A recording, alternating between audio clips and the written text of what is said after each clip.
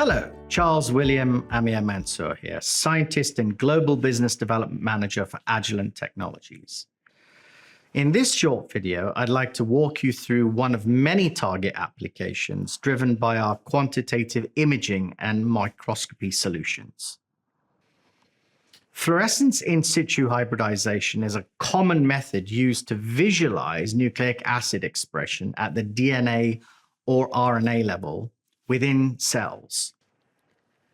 The Affymetrix ThermoView RNA in situ hybridization cell assay method starts by fixing, permeabilizing, and digesting cells with a protease to allow target accessibility.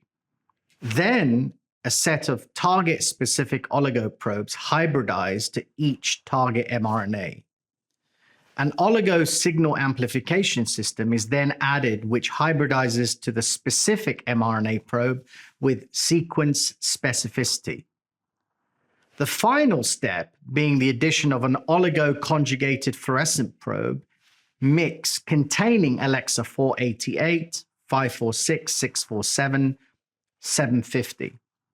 In this way, differing fluorescence signals are specific to the starting specific mRNA probe. DAPI nuclear stain is also added to wells to stain nuclei. Fluorescence images are then captured and processed to remove background signal. Analysis consists of determining cell counts from the DAPI channel. Then secondary masks are placed around the fluorescence signal from the amplification system specific to each probe. The scatter plot feature in Gen 5 software is then used to determine the average standard deviation of the signal from the negative control wells.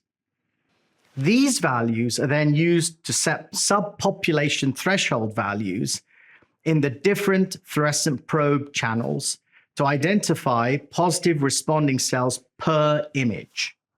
Finally, dividing this by the total number of nuclei identified in the image, a normalized percentage positive responding cells per treatment is established.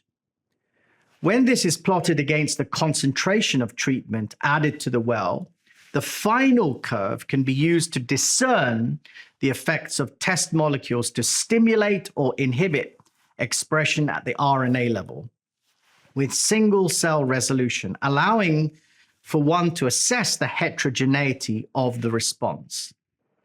Thank you for taking the time to learn more about our application workflow. Feel free to explore other application areas through this video series.